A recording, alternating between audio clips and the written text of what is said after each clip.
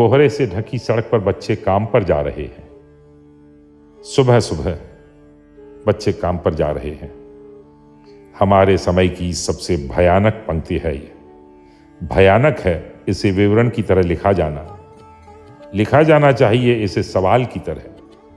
काम पर क्यों जा रहे हैं बच्चे? क्या अंतरिक्ष में गिर गई हैं सारी गेंदें? क्या दीमकों ने खा लिया है सारी रंग बिरंगी किताबों को? क्या काले पहाड़ के नीचे दब गए हैं सारे खिलौने? क्या किसी भूकंप में ढह गई हैं सारे मदरसों की इमारतें? क्या सारे मैदान, सारे बगीचे और घरों के आंगन खत्म हो गए हैं एकाएक?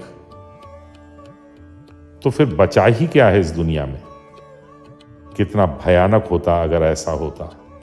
भयानक है, लेकिन इससे भी ज्यादा यह कि सारी चीजें हस्ब मामूल, पर दुनिया की हजारों सड़कों से गुजरते हुए बच्चे, बहुत छोटे छोटे बच्चे काम पर जा रहे हैं।